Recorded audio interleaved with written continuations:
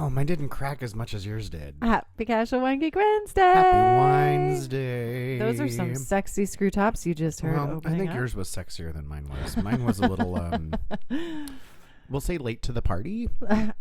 It shows up when it needed to show up. Did it, though? It did. It did. Casual Wine Geeks. Amanda here. Oh, wait, am I pouring first? Yeah. Shit. No, do it. Well, Brandon's over there. Yeah. Hi, this is Brandon. We're actually happy Chinese New Year. It's happening in a couple of days. Yeah. Fun fact. Did you know that I was born on Chinese New Year? Well, okay. First of all, Chinese New Year moves around. It moves around every year. Yeah. Right. It's lunar calendar, similar to Easter, right? So Easter moves around, New Year moves around, Mardi Gras, all the things. Ash Wednesday. Yeah. This year, my birthday falls on Mardi Gras. Should we put in when your birthday is? Everybody can send you presents. It's just in February. We'll just say that. Well, shit, if you know when Mardi Gras is this year, Right. then you know when my birthday is. But you would share your birthday with, I know Chinese New Year, but like Stockard Channing and I have the same birthday. Oh, really? Mm-hmm. Wow. I like her. I know. She's a classy fucking lady. Couldn't she be the first lady of the United States? I like Stalker Channing. Okay, so anyway, Casual Wine Geek Wednesday. Happy Chinese New Year. Yeah, so we did a little, we're going to talk about some food stuff. We're going to talk about if you're going to a Chinese New Year party or dinner or dim sum brunch or whatever. Yep. What would you drink We've with got it? some options, and I've got actually some really good recommendations from people in the industry, 2 of whom are in Seattle, that just happened to be on this list I found. I think it was on Forbes. Oh, awesome. And we'll talk about, because it's Chinese New Year, we'll talk about the Chinese market for wine, because I have some really interesting there's a really good article. Well, I found one on NPR that was kind of about, and it's recent. It came out a couple months ago. Yeah. Sort of about why the Chinese are just buying up all these chateaux in France. And the export market is crazy. Yeah, the export market from France and from Australia. Australia is a big importer or export. Australian wine goes into China. Well, yes. And part of that reason is it's so much cheaper to get it there from here. For sure. It's so much less expensive to just go north a couple thousand miles than across a couple million miles. I don't know. How big's the earth? We know it's round. That's what's it's important. round. It's a fact. Yeah. So it's Happy Chinese New Year today. Yeah. Oh, cheers to you. Cheers. Happy New Year. Happy New Year. I love it. Maybe we'll go get dim sum later. Oh, that sounds so good. What are we drinking? This smells delightful. So this is the Clean Slate 2016 Mosel Riesling. Mm-hmm. A lot of the research that I was doing when I was looking at food and wine pairings for Chinese food, Riesling was the common thread that I saw. And a lot of people specifically said that they wanted stuff from the Mosel. Mm-hmm. Pardon me. And something that's a little off dry. So you want something that's not going to be bone dry. Because you need a little bit of that sugar to play with. The spicy food of the spicy and the salt. And the salt, yeah. Yeah. I think Riesling is probably one of the easiest wines to pair with food in general, but specifically any food, like going out to Chinese food, going out to Thai food, going out to, what have you, with that spicy, kind of sweet, kind of salty. Well, and it depends on the type of Chinese cuisine, because that's true. Absolutely. There is not one thing that fits all. I mean, if you also look at the food of Europe, it's the same case. Like, you can't just say lamb is great with this thing. Well, how's that lamb prepared? Where's that lamb from? Where's that thing from? Is it, Right. What are you having with There's a lot that goes in it. One of the things I did see a lot of was dim sum, Prosecco or Blanc de Blanc champagne. Oh. Actually. Oh, yeah. So a lot of things I saw were champagne or Prosecco. And it mostly has to do with acid, actually. You want something that's got a good acid. Mm-hmm. You've got a lot of starch in dim sum. You've got a lot of fat, right? You've got a lot of pork. Mm-hmm. And champagne is one of those things that can really it's like the perfect pairing, because it can go with practically everything. China is practically perfect in every way. Like, it's Mary Poppins wine. China is a big market for champagne. In general, like, there's more and more money to play with, and people are buying bigger and brighter and nicer and more expensive bottles to just, they'd rather split one expensive bottle than have 15 inexpensive bottles at the table, right? Especially, and we'll talk later a little bit when we talk about the Bordeaux thirst in that Chinese market, but it's sort of it's very similar to the champagne market. Well, and in one of the articles that I read, and we'll talk about this later, is that it has to do with image a lot, right? Yeah. The Chinese look at France as a land of luxury. Yeah, it's a land of luxury items. And in a lot of cases, I think that's really true. Yeah. With Bordeaux and Champagne specifically. And it's very much a status symbol. And so it's maybe a little bit, and that's not the case for everybody. In this NPR article, there was, a Chinese couple that were interviewed, and they were like, we just really like it here. Like, we just really like it. We just really like it there, too. Well, I've not been to Bordeaux yet. However, I just do enjoy France quite a bit. We do like France, yes. And so, this article kind of juxtaposes the concept of luxury items versus, well, we just want to be part of the process and we just really enjoy and appreciate the process. And I don't think that the Chinese should be looked down upon as much as sometimes people stick their nose up when they're like, oh, the Chinese market, oh, they're taking over France. Well, they have a lot of money. Yeah. Yeah. And they're buying your chateau and restoring them so that they don't fall down around your ears. Right. And, quite honestly, the UK and the US markets just aren't what they used to be. The UK right now is suffering from Brexit, or celebrating Brexit, I guess. Depends on who you talk to. And the United States right now is not a very stable political climate either. So people, aren't spending what perhaps they were spending a year and a half, 2 years ago. Right. And the Chinese market is huge. We're making a lot of generalities in this entire broadcast, this podcast, broadcast. Anyway. I see what you were trying to do, and I'm not with you on that journey. Yeah. We didn't spend more than, $20 on wine today? Yeah. Let's see. I brought, this was 9. This German Riesling. Yeah. And then you brought another Riesling. Yeah, and that was 15. And then I brought a Pinot from California, and that was, oh Christ, how much was that? $14 or $15? Oh, you did really well. Yeah. I brought a Bordeaux to finish out the day, and that was a little bit more pricey. Yeah, you got that from our friends down in... I think so. I think I got it from Valley Wine Merchants. Hi, Andrew. I love them. Good work. Keep on keeping on. Yeah, I think I got it from him. I didn't write a tag on it, and it wasn't. It was in like a stack of boxes, and 2 out of the 3 boxes were from him. So when I unloaded the other day. Well, anyway, round up. Yeah. So it's New Year. It's New Year. Do you want to taste this Riesling side by side? Because the Riesling I brought today is also a Mosel. And I almost brought the Riesling that you brought. Yeah, and we didn't talk about it. We almost brought the same one. And it's a 2015. So it's very, it's a year older. Uh-oh. That's got some good acid, man. Happy Chinese New Year. Oh, God, that's so good. A real mineral driven. Oh, wow. That is really good.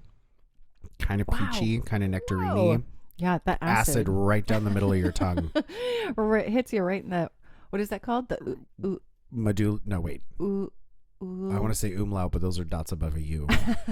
Ulna? No, that's in your arm. The thing that hangs down in the back of your throat? Yeah, I can't remember what the name of it is. Uvula. That sounds really dirty. No, that's not. I'm going to look it up right now. Uvula? Really? You think that's it? The acid just gets on your tongue and just races and hits it. It doesn't stop. It hits it like a punching bag in the back. Yeah. Uvula? The palatine uvula, usually referred to simply as the uvula. Hey man, Wikipedia doesn't lie to me. Nope, uvula. And besides, I'm practically a doctor. It's kickboxing my uvula. This wine. I like yours better than I like mine. No offense, Clean Slate. You guys do good work, and I think your Riesling is delicious, but man, this 2015, rocking my world. Yeah, it is really, really, really good. This is this label is very, very close to John J. John Prudhomme. Yeah. Is Is that how you spell it? Or that's how you say it? That sounds right. Yeah, it's very, I wonder if it's a second label. All right, so it's Chinese New Year. We're moving into the year of the dog, Yep. who happens to be a wood earth dog. Wait, brown earth. Brown earth dog. Yep. Yeah, the name of 2018 is the Yang male earth dog. Brown is connected to earth, therefore 2018 is also called the brown earth dog year. Well, and here's what's kind of interesting, though. So we know that there are 12 parts of the Chinese zodiac, which tends to be a theme in a lot of countries, right? We can talk and go to the math of the number 12 in cultures, but it's crazy. I'll save that for another We'll podcast. do it another day. It's crazy amazing, and also 12 is awesome. Okay. So meow, 5 elements. Where was the bit I was looking for? So the first day of the brown dog is not the Chinese New Year in Chinese astrology. The first day of the tiger month is the first day of the Chinese astrology year. This day is called the start of spring, which is the date when the sun enters the 315th degree of the tropical zodiac. So this day is around February 4th every year. So the 2018 Chinese brown dog starts on February 4th in China's time zone. That means the Chinese Lunar New Year is not the first day of the brown dog year. So if a baby is born on February 5th, 2018, then the baby's zodiac sign is a dog, not a chicken. Because the year previous was the year of the rooster, right? How interesting. So it's not on the 16th. According to this, the thing is that the day of the new moon is the first Chinese lunar month, so it has to it follows the moon, the new moon. I think you'd be fine either way.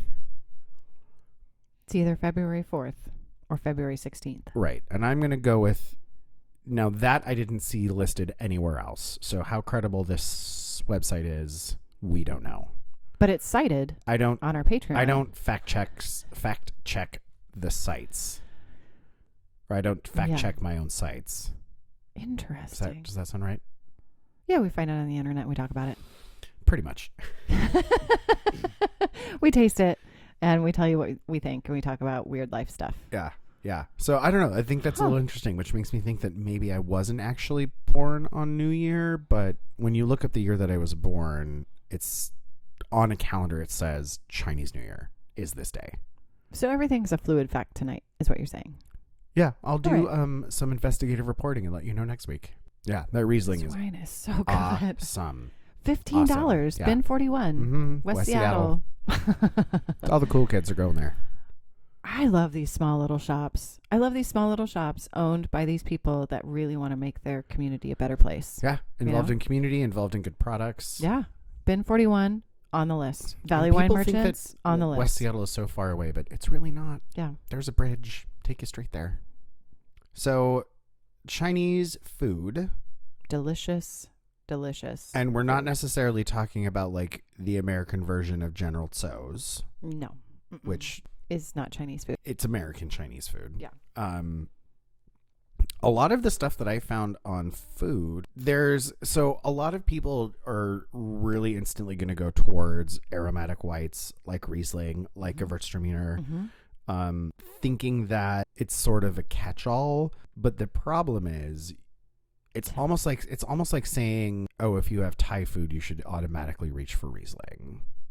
Well, that's not the case. Right? No, because the food of Thailand is very different based on what part of the country you're in. Yeah, I mean, absolutely. It's the same in India. It's the same in China. It's the same in the United States, right? Versus California. Yeah, absolutely. Food cultures differ based on geography and a lot of other things. So Gewürz is a good example that could potentially go well with duck, depending on how the duck is prepared and presented. Because if you're how do I say this?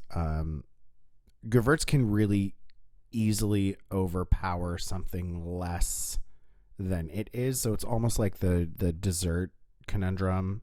Like you shouldn't serve champagne with wedding cake because the food is way too sweet for the wine. You want to serve wine that's a little bit sweeter than the food. And I think partially that also plays with acid. You know what I think of? Like you're telling me about Gewürztraminer and duck, and I'm like, you know what would be good with a Gewürztraminer with a duck protein is like an orange mustard sauce on the duck. Yeah. Right? Like orange mustard glaze on the duck with a Gewürztraminer. That sounds amazing. Yeah, you get those orange blossom notes. You get those kind of sweeter citrus. Yeah. Oh my gosh, my mouth just watered. I don't want that for dinner now. Call the men folk. Tell them to get us duck and a Gewürztraminer. Well, we have Riesling. What would you want with these Rieslings? Hotter Szechuan style dishes. They recommended an off-dry rosé, so not Provence, but maybe something from Loire, maybe something from California. Yeah, with a little bit of sugar, or an off-dry Riesling. So it's sweeter wines with a little bit more fruit, wines with a little bit more body to them. Yeah, you want something that's going to be able to stand up to the food you're eating, but is also going to still be delicious on its own. What are some of the other? I think that this is so. I've been to a lot of the restaurants in Seattle, and I think that if you like that, this is a burgeoning market, like a blooming market. Right.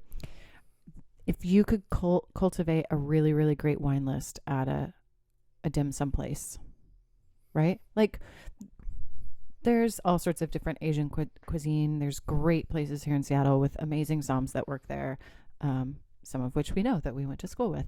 Correct. But to be able to go to like cultivate a great wine list that would go with dim sum, I think would be huge in a foodie market. Yeah. Well, right? I mean, who doesn't like brunch in this town? Let's be honest. Right. There's like hours long waits for brunches. Ridiculous white folks really like brunch. Let's be honest. That's true. One of my girlfriends says only a white person would stand outside in the rain for an hour for a biscuit. And for biscuits that probably aren't that good. Yeah. Yeah. Your biscuits are probably better.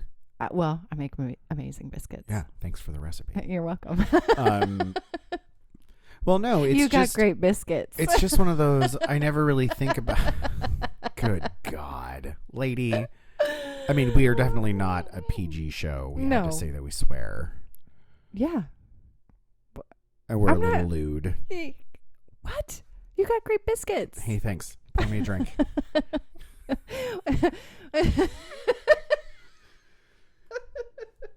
Don't worry, I'll get it myself. It's fine. No, I got it. Do you want? All right. I want to go back to this Riesling because it is delicious. If we drink the whole bottle of Riesling, do you think we're not going to drink the whole bottle of Riesling? Hey, don't be judging. I can drink a bottle of Riesling. What are we going to have for dinner? We got 3 other bottles. But this is going to be really good with food. We got some great bottles coming up. I'm very excited about the rest of what we got going on today. Can we talk about something exciting like business? Yeah. We are doing a big Patreon pledge event. Yes. Patreon promotion? We can call it whatever you want. Hey, listen. If you're out there in the world listening to this podcast, we are just 2 poor little souls. Yeah, it's funny. It takes more than I ever thought. Yeah. To make these things happen. Yeah, I didn't realize how much work it took. But if you are out there listening to us, we offer this ad-free. Mm-hmm. We do this because we love wine and we know that you love wine, and we do it for free. Operation Education. Yeah. So feel free to go to our website, casualwinegeeks.com, and sign up to be a Patreon member. It's super easy, and literally you can sign up for just $1. That would really be super awesome. We'll send you stickers and maybe some new stuff. We have a lot of new stuff coming. Secret swag for Patreon members. The gears are turning. We're making a list. Yeah. There are definitely some amazing things coming, and if you're a Patreon member, you get access to secret episodes, all of our notes, and fun secret swag. Yeah.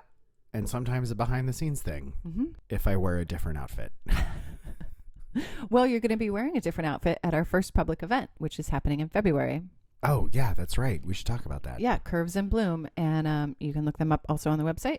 It's a super awesome event all day long, ending in a dance party, fashion show, then dance party. at the end of the evening, and we're gonna. Do we have to go shopping for new outfits? Yeah, sure, absolutely. Yeah, and we're gonna go, and we'll be there. A new bow tie. Done. I want a cute bow tie. I will. And maybe a hat. Done. We're gonna go to Haberdashery. Is that the one on First? I don't know. We'll find one. Oh no, there's a killer hat shop on First Avenue by Pike Place Market. There's a place called the Haberdashery, which we might have to go to. Oh, I'm into that too. All right. I like a hat. So I think that's business. Patreon is big. Swag is coming is big. Our first public event. That's a big deal for us. Do you have any other business? No, ma'am.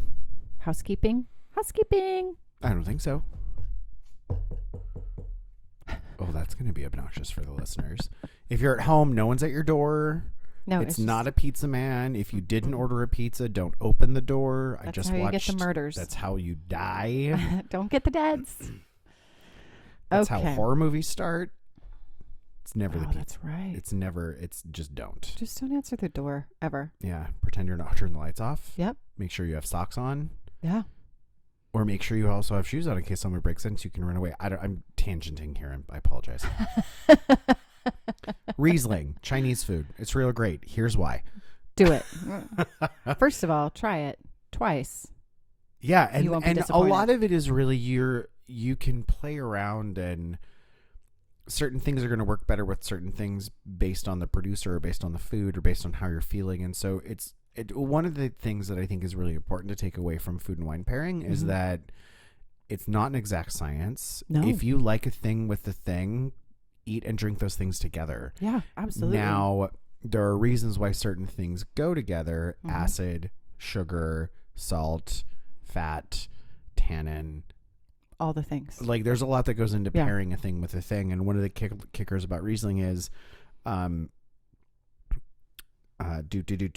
with duck, if you have something that's a little bit sweeter and a little bit acidic, it's going to help with the fat. Duck's a fatty protein, right? And Rieslings can handle a lot of flavors like spicy, sweetie, spicy, sweet, tangy, and brioches, fatty, government brioches. Goddamn government brioches. A little bit of sweetness in your wine is gonna, I think, pull a lot out of the food and really elevate some of those flavors. Some other stuff that I found that was interesting, and it was like Riesling. Everybody was talking about Riesling. Especially if you have a sweeter dish. You want your Riesling to be a little bit sweeter, again, than the food. So, like a Cabernet or a Spätlese, or even an Auslese. And we'll talk about Rieslings another day, because those are all German sweetness levels or sugar levels. It has to do with when the wine was picked, generally. But there's a whole to do with. We're going to do an entire... how Germans categorize a Riesling. Yeah, we're going to do an entire grape series where we do all the different grapes that like Riesling one day and Chardonnay one day, and we'll talk about Riesling in Germany. For sure. And all the different... For sure. Yeah. I think it's important to do those things because I feel like Riesling everybody has this preconceived notion of it's only ever going to be super sweet. Not the case. True. Yeah. False. Or Chardonnay is only ever going to be big and oaky in California. Not the case. Yeah. Mm-hmm. And so it's interesting. It's important to play around and also understand how things are in terms of sweetness, depending on the type of food you're eating. Now, again, if you don't give two shits, don't give two shits. Nope. And that's totally fine. Drink your juice. Don't be a pretentious wine fuck. I like how they're just bringing it back around. Rolls right off of our tongue. Get that tattooed on my chest. Don't be a pretentious wine fuck. Well, Can we get swag with that on there? Oh, sure. All right. That's on the list. Yeah. Don't be a pretentious wine fuck. Who wants a tote bag that says with... I do. Is it cute? We're going to make it cute. I like something that's cute and has a swear word. Done. Not unlike myself. Like metallic gold. I like it. Well, okay. So one of the folks that on Serious Eats, they did a whole talk to a bunch of somms and wine buyers and winemakers and asked them what would they pair Chinese food with in terms of wine. Someone recommended saying that, let's say someone at the table is, being kind of a dick about the fact that it's a sweeter Riesling. Mm-hmm. Turn it around and get a Prosecco or get a Vouvray or a Chenin Blanc or a Gewürz that's a little bit naturally sweet. Mm-hmm. You know, anything just a little bit past the dry mark would also benefit you if someone's going to be sassy about Riesling. Oh, you have a sweet Riesling. Meow, meow, meow, meow. Okay, well then just get a Vouvray or Chenin Blanc. Like they're still aromatic. They're still going to have that little bit of residual sugar. Or why are you going to dinner with these people? They sound awful. Then there's that. They don't sound like very fun people at all. Someone else was talking about if something has a dark sauce like a plum or a soy sauce base, they tend to be high in sodium. So a wine that is high in fruit is a really good idea. So something like Dolcetto, Barbera, Blaufränkisch for reds. Or Riesling, Sylvaner, Cortese, Prosecco, or Champagne would be great for whites. Oh, champagne. We didn't bring champagne. No, I thought about it, and don't get into a rut. It's their first week without bubbles. I'm going into withdrawals. It'll be fine. We can open up Prosecco for dinner. It'll all be okay. Someone else talked about in terms of spicy food, After Chenin Blancs or Rieslings like we talked about. Now, for Peking duck, crispy deliciousness. Oh, I love Peking duck. Get with yourself Pinot Noir? I'm getting there. Oh, I'm excited. You should be excited because Pinot is delicious. Yes. And a very food-friendly wine. Gamay was also brought up. So if you can find yourself a Cru Beaujolais, which we've talked about previously, shouldn't run you more than $18 to $23. Yeah, we talked about that on our Beaujolais day. Gamay is nice because it's low in tannin, and tannins don't necessarily benefit Chinese food as much in terms of flavor. So Peking duck, like, you really want to go Pinot from New World or a riper vintage of Old World. So New World would be anywhere not essentially Europe or a let's say vintage wine growing area. So the U.S., New Zealand, South America, Australia, South Africa. They all have great Pinot. They're all. Oh, I was just listing New World. Yeah, New World Pinot. Yeah, I wouldn't get a Pinot Noir from Australia. I wouldn't do that. New Zealand, yes. Australia, not so much. It's a little hot. Little hot. Hot. They got New a bunch Zealand of hotties Pinot down there in is the New Zealand or the Australia. Australia. So if you're looking for something from Burgundy, someone really recommended the 2009 vintage, which was a little bit warmer, and the wine has a little bit more body because you still want a little bit of that oomph. This Pinot is from Z. Alexander Brown. This is the Uncaged Pinot. This is 2014 out of Russian River Valley. So I was looking for something California, and I was looking for something I knew was going to be a little bit fruitier. Yeah, this is and maybe not fruity. Quite as earthy, mushroomy as some Pinots can tend to be. Oregon Pinots tend to be a little bit more earthy. Yeah, for sure. This definitely has a lot of like cherry and bright like red fruit. Not sour like a red raspberry, but like sweet like an overripe cherry or strawberry. There's like a little strawberry there for sure. Mm-hmm. So we're moving into reds. Can we talk about this obsession, this red obsession? Yes. There's a movie out, which you haven't seen. No, I haven't seen. But we watched recently, what the fuck movie was that? Sour Grapes. That you have been hounding me to watch for a million years. Yep. Sour Grapes, all about wine fraud. Yeah. Oh, we're going to talk about that one day. Yeah, we're definitely going to. I think that comes out in March-ish. Right. Yeah, we watched Sour Grapes about wine fraud, but there's a different movie called Red Obsession where it talks about the Chinese market for wine. In the Wine Australia article that we're about to talk about, my computer doesn't like that they spell flavor with a U. I spell flavor with a U, but my grandparents are from Canada. Yeah. And so we just spell flavor with a U, and I always have. And I feel like sometimes people make fun of me every once in a while. I'm like, but that's just how I've always spelled it.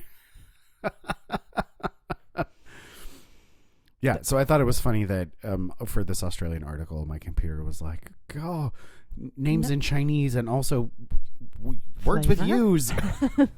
We're upset. It also didn't recognize that Moscato was a word, so I don't know.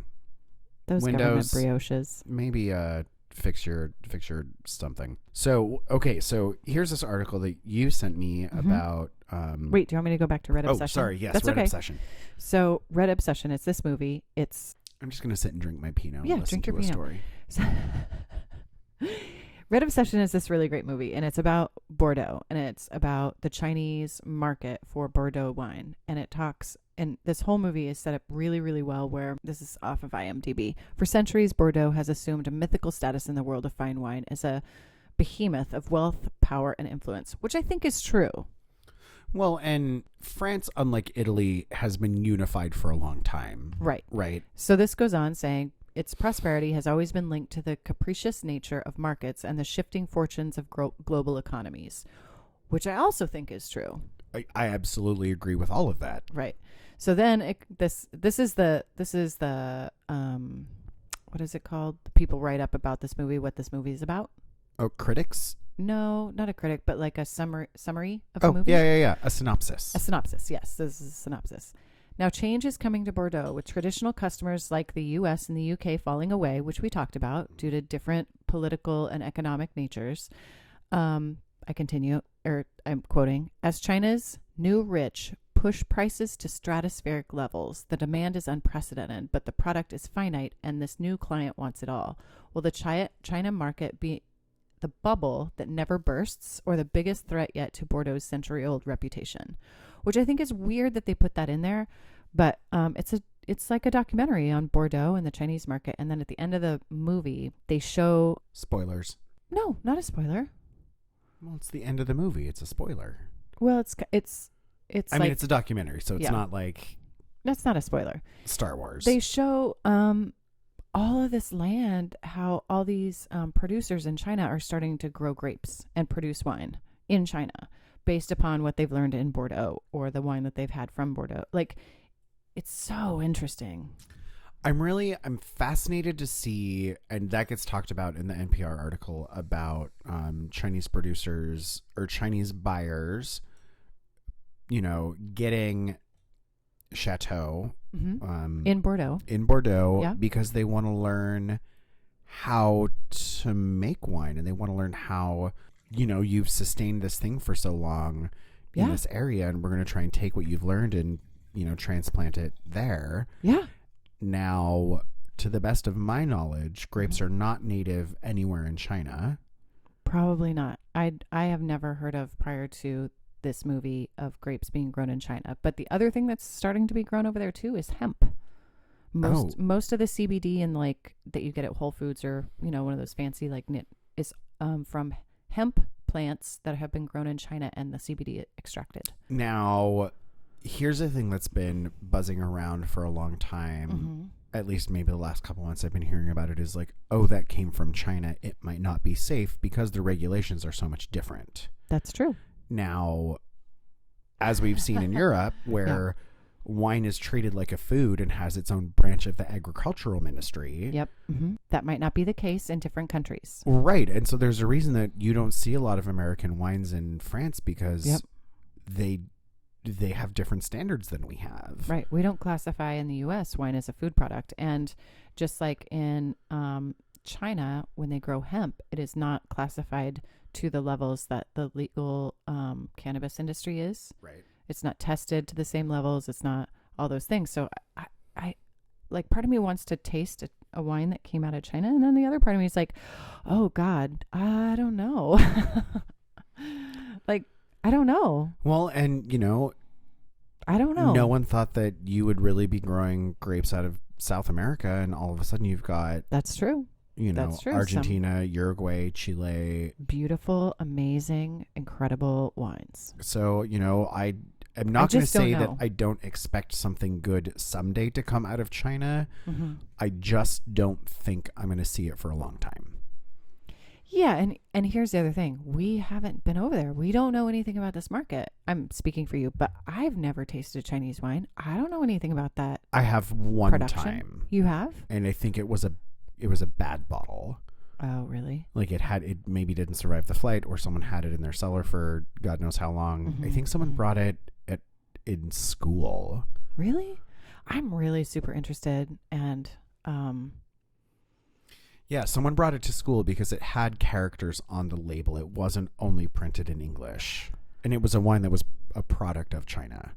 Interesting. Yeah. Wow.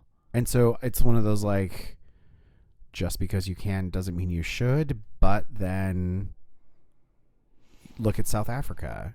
You know, look at parts of Australia, New Zealand where grapes are also not native, to the best of my knowledge. Now, please feel free to correct me if I'm wrong. Yeah, from what I've learned, those places those vines were taken and planted there. Right. Yeah. Transplanted. That's what I meant. In dirt, in a boot, and smuggled on a plane. Oh. See, we were talking about the letter U in words, and then you said a boot, and I was like, not. With I didn't. U? I didn't hear. I didn't hear it as a boot, the noun, as in a thing you put on your foot.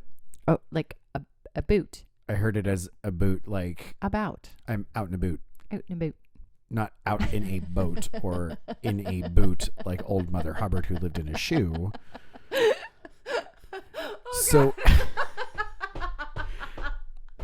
right. So I immediately reverted to like, well, that doesn't make any sense.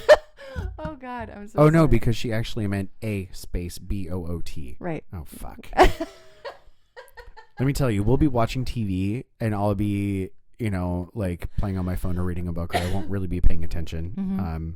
And a lot of the stuff, you know, it's really easy living in Seattle, and we spend a lot of time in Vancouver, which is like the Hollywood of Canada. Mm-hmm. A lot of, you know, second or third or fourth tier actors on shows will be Canadian, which is awesome. Yeah, and just hanging out. And then you hear them talk and you hear an accent slip every once in a while, and I'll just look at him like, Canadian. And I'll go back to what I'm doing, and my mister will look at me and he's like, what? I'm like, that person's Canadian. Yeah. And probably from this province based on how they speak. Mm-hmm. He's like, what? That's my favorite game. I'm like, well, there's only like 8 provinces, so it's not like which state are they from?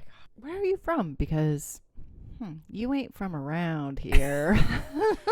Anyway, that was a really funny you're a boot. You ain't from around here. Oh wait, you poured a thing. What'd you pour? What'd you talk to me about what you poured? I poured a Bordeaux. Chateau de Pitre? 2012. Premier Vin. So on the fly, you have picked up some information about this lovely Bordeaux that I have brought to this evening's event. So this is a Côte de Bordeaux. So this is probably mostly Merlot, a little bit of Cab Franc, and a little bit of Malbec. That was the 2014 vintage. Their website doesn't have info on the 2012. Really? Mm-mm. That's weird. I think it's really tasty. Côte de Bordeaux is 3,505 hectares as an AVA. This spends 12 months, or the 2014 vintage spent 12 months in stainless steel vats. Soil is limestone and clay. They made 6,000 cases. That's for the 2014. Mm-hmm. Because they don't have the 2012. Not on their website. That's so strange. Maybe this was one of the ones that was supposed to go in the back of the cellar rather than in the front of the cellar. Well, we're drinking it. It's going to be delicious with food, and it is delicious now. Premier Vin 2012. So this is Merlot and Cab Franc. Yeah, this is the Premier Vin 2012. Yeah, I found something that had like the actual breakdown. So yeah, this perfect. is Merlot and Cab Franc. Kind of my And it's two really favorites. tasty. It's really, really good. So this is part of one of the old-time favorites and value picks in the Wine Advocate. This wine has from a gorgeous chateau in Castillon. Sports a completely new label. Black cherry and black currant fruit. Some underbrush and earth are present in the supple textured, medium body, deliciously fruity, well-made wine, which exhibits ripe tannins and a nice texture and length. Robert Parker, Wine Advocate, 2015. So he lists it as the varietal as Merlot, but I think that's because it's probably more than 75% Merlot. Oh, so they have to. So it's probably 79% Merlot and then 21% Cab Franc is my guess. Mm-hmm. Yeah, this is delicious. And one of the other things that I found when I was researching food stuff was like a really good fleshy Merlot is a good way to go in terms of pairing Chinese food with a red wine, because it's not going to be quite as tannic. Oh, yeah. And have a little bit more fruit and perceived sweetness.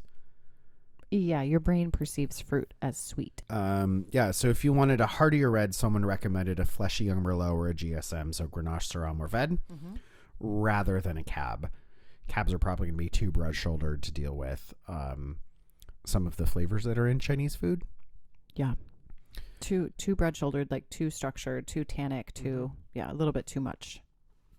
And I actually saw this was a thing I was going to pick up was Ugel's Gentile. And that was with anglicized sweet and sour dishes, so sweet and sour pork. We could have had that tonight. Well, we already had 3 whites or 2 whites. We didn't need 3. So full-bodied tannic red wines are rarely seen as an ideal match for Chinese dishes in the West.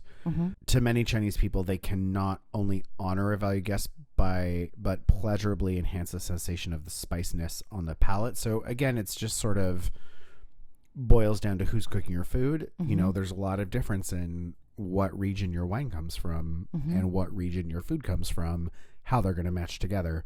Dry Riesling is really good with Cantonese food, but is less successful necessarily with something that's going to be super, super spicy unless you have something that's off dry, like what we have. Right. So a little bit sweeter tends to go with something a little bit spicy is what we're sort of seeing in all the research that I did. You always do so much research, and I really appreciate it. Thank you. Oh, I like to make sure I don't have to try and fact check myself too much. I love it. Yeah. So this article you sent me from the Wine Australia this is group to talk about the Australian market and Chinese market. Yeah, sorry. In regards to I didn't wine. segue That's okay. very well, did I? No, that's okay. That's why I'm here. I keep it all off the rails. I need a grown-up and more wine. And more wine. All right, let's move back over to the article from Australia that you sent me. Oh, yeah. Yeah, okay. So this is the article from it's like Australia and China and their trade and their wine and the research that was done on the market. Right. And so this is from wineaustralia.com. Hi Australia. Hey, Australia, if anybody's listening.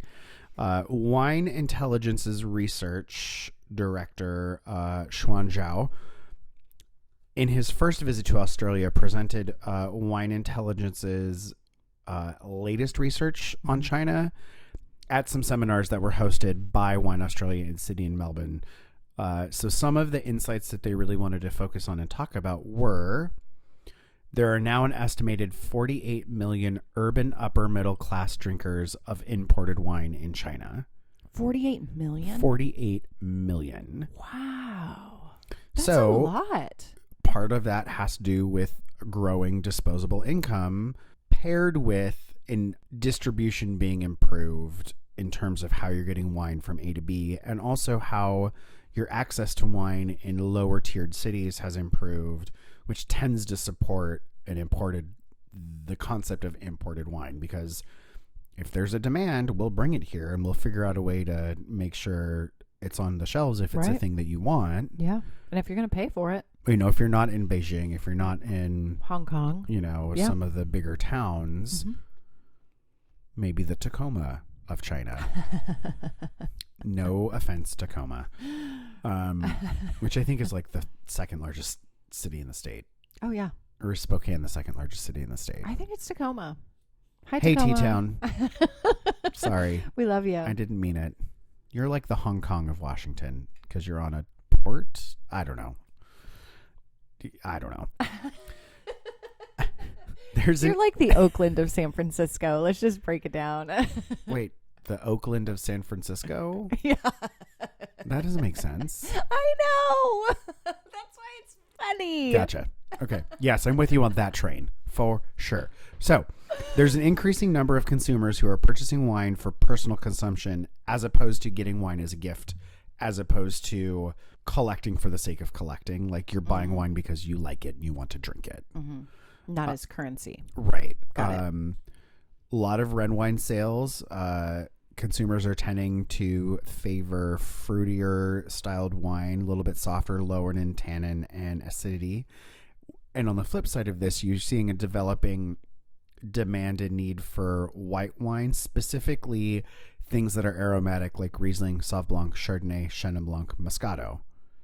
Oh yeah.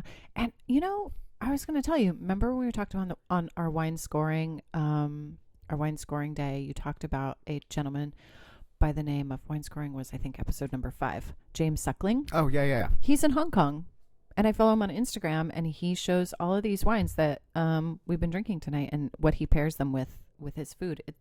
It's like really a great Instagram page. Okay. I'll follow him on the IG. Yeah. Yeah. And it goes back to our wine scoring episode as one of the people whose names kept coming up when you were talking about. Right. And he's someone that I hadn't heard of before. Yeah. And now, having learned about him, I can't not see his name everywhere I go. Yeah. And he's in Hong Kong, and he talks about all of these things that we've talked about tonight. I want to go to Hong Kong. You do? Let's go. I'm absolutely down for a trip. I have to get a passport first, but then. We're totally going. Hey, James, you have some room for us? You got a guest room? We're just in the neighborhood. Hey, girl. So the market is evolving and is being driven by the fact that people who are consuming wine, that base of people is starting to diversify. Yeah. You're seeing a lot of younger, a lot more open-minded consumers starting to drink. You're seeing preferences vary specifically by region, like we talked about, like food-wise. Yep. Regionally is just one Riesling will not rule them all. Right, like Cantonese and Szechuan and dim sum. See what I did there? One Riesling to rule them all. We are such geeks. I think it's God, so great. who let us out of the house? Give us wine. Call us a geek. And so their information that they're saying says that people in the East prefer earthy, richer reds, and those in the West tend to favor, with a U, elegant, softer styles. Those in the North look for bolder, drier reds, and those in the South prefer smoother. And there's also a big shift to online purchasing. Oh, really? As buying becomes easier because of the internet. Yeah. And China being a huge global huge player. Yeah. Alibaba. Yeah, absolutely. Is really, things are more accessible. Things are more affordable. Yeah. If you're buying direct from a consumer and they're going to, you buy a case or you buy 5 bottles and we'll waive shipping or, whatever. Right. Yeah. So those prices aren't reflected in what you're paying on off shelf grab and go. It'd be interesting to find out what the shipping restrictions were, because we talked about the ones for the States in our Merry Christmas Wine Day. Yeah, because we were talking about, yeah. We were talking about gifts and sending gifts, and I would be interested to find out what the shipping requirements were for shipping wine into and or out of China, what that is. Yeah, I don't know. I don't have access to that. Yeah, so there's another little rabbit hole. Please do the research for us and tell us.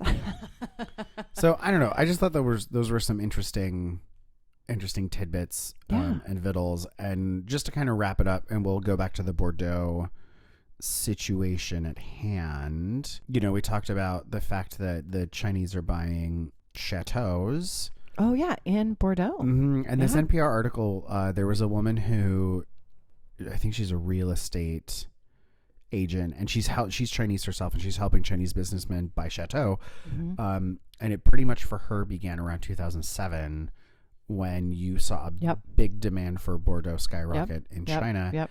And then she said, around then she had Chinese importers beginning to think like, well, why don't you buy a chateau? And a lot of investors started to go to her and ask her, how much does a chateau in a vineyard cost? And when it turned out, here's the number, passed on a folded slip of paper across the desk, all super James secret Bond style. Yeah, wine mobster style. That's how I envision it happening anyway. I guess people were really surprised that it wasn't that expensive. And she's talking about how about 85% of the Chinese investors purchase chateau that cost $3 million to $6 million. That's it? That's it. I mean, I would have thought that's a lot of money. It's a lot of money, but I would have thought it would have been 10 times that, 100 times that. And she also says that there are two different sort of essentially different types of Chinese chateau buyers. The first who love to drink the wine tends to be an importer and wants to learn about how to make it. The second is a millionaire looking to just up their image, because a lot of the Chinese look at France as like the first thing they think of is luxury. Right, which we talked about a little bit earlier. And this is influential because I own a chateau in Bordeaux. Wow. We have to watch Red Obsession. It talks about a lot of these points. And I think, so that movie came out in 2013. It's actually narrated by Russell Crowe, which is amazing. That's so funny to me. But I think they talk about this exact same thing between 2007 and 2009 or 2010. What happened in the world market, what happened in Bordeaux, what happened with the Chinese, coming in. And it's just it's so fascinating because the world of wine, the world of finance, real estate, like everything is connected in this market. And now here we are in Happy New Year 2018. Yeah. Right? Yeah. And we're making history right now that people are going to be talking about in 2 or 3 years going, what about the wine market in 2017 and 2018? Wasn't it, XYZ? Oh, yeah. I mean, you look at the fires, you look at, Yeah. how is that going to affect the economy? How is that going to affect like how people plant? Or, Right. well, we kind of fucked up, or, our vineyards are all shot to shit. Like, let's maybe plant something different. Right. Truffles.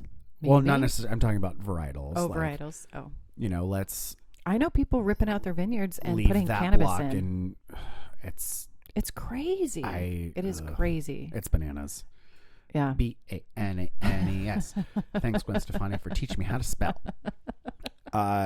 So in China, and here's what I'll maybe kind of close on. Okay. China, as we know, are the biggest investors, and they own there are, at least at the time of this article, 140 chateaux in the entire region of Bordeaux that were owned by the Chinese. And when did the article come out? I would have to look that up. Oh, don't look it up. That's a lot. Sometime in beginning of November of 2017, so 2 months ago. And there was 143? Mm-hmm. Wow. The long-time investor is Belgium, takes second place with just 40. So Belgian investors Holy own shit. 40 chateaux. Now ask me how many actually wine chateaux are spread across the entire region. How many? Oh, I told you to ask me. How many? Or rather, you guess. Oh. Sorry, that was phrased wrong. Use your words. Okay, so, you're asking me how many chateaux? How many chateaux are in Bordeaux? I'm sure this was on a question somewhere that I answered, and at some point have looked up. Chinese own 143? 140. Oh, 140. And the Belgian own 40. 40. So we know there's at least 180. Yes. I'm going to say 225. Go higher. Really? Higher than whatever the next thing you think is. Really? Yeah. Thousands. Go higher. Tens of thousands? 10,000 wine chateaux are spread across the entire region of Bordeaux. 140 is nothing but a drop in the bucket. Now. How? What? Yes. What? Yes, This ma'am. is so weird. Yes, ma'am. Tell me something else because I can't get over it. Well, no, all the other numbers are just going to continue to blow your mind, so we'll just Really? leave it at that. No, Yeah. tell me. Blow my mind again. Okay, so in the year 2000, Bordeaux exported less than 400,000 bottles to the Chinese market. Today, China is Bordeaux's #1 export market with over 80 million bottles exported a year. 400,000 to 80 million bottles exported every year. No. Yes. Holy shit. I told you the numbers would just continue to blow your mind. What's another thing that's going to blow my I mind? don't have any more things. That was it? I blew my load.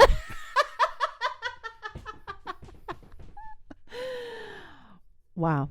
It's like sexy science, only mind-blowing math. I like it. Economics can be sexy. So I will just close on this last you bit. just like went right over the top. We're closing on the last bit. On Brandon this last says. bit, yes. So there was a journalist, Laurence Lemarie, in a book that she wrote called Red Wine in China. A lot of people have been really kind of negative with the wine buyers being China. And she says, this is a quote, "It was always so negative, sprouting stereotypes and talking about the quote unquote yellow peril. Bordeaux's reputation, however, was made by foreigners over the ages. So the English, the Dutch, who cleaned up the river and cleaned up all the swampland that is now the left bank. Yeah. So they could get their boats in and out and they could, and trade. so the Chinese really aren't going to be any different because Bordeaux was made awesome because of people who weren't French. Yeah, absolutely. Everywhere in the world is made awesome by people who, you know, come and in that and influence they, it. the Chinese, are investing a lot, and they're developing tourism. They're creating a richness for the Bordeaux region, and it's helping Bordeaux and not destroying it. So I agree. you can't afford your 15th century chateau any longer because there's no money in France. Guess what? You know, here's someone comes in, they offer to pay and upgrade, and they're going to keep on all the staff and all the workers and not change how the wine is made. They're just funding it. The only difference is they're not French. You're going to be okay. It's going to be okay. It's all going to be fine. No one's changing how you do your thing. Everybody just relax. You know what you should do? Drink your juice. That's what I have to say. Happy New Year. Happy New Year, friends. Happy New Year. You're the so dog. if you go to Dim Sum, get yourself a bottle of Prosecco.